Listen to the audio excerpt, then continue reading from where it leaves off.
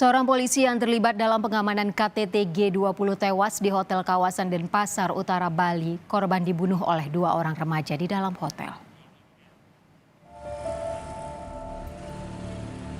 Polisi, anggota Badan Pemelihara Keamanan, Baharka Mabes Polri, ditemukan tewas di sebuah hotel di Denpasar Utara, Bali.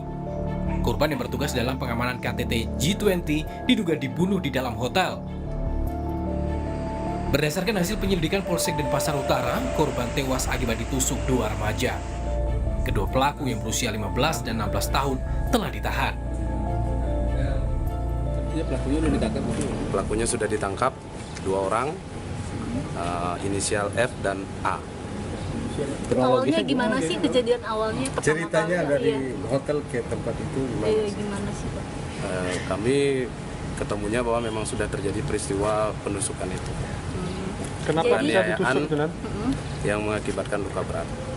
Luka berat bukan meninggal ya? Nah, sekarang memang posisinya setelah di rumah sakit beliaunya meninggal. Kematian polisi di hotel daerah Denpasar masih terus diselidiki.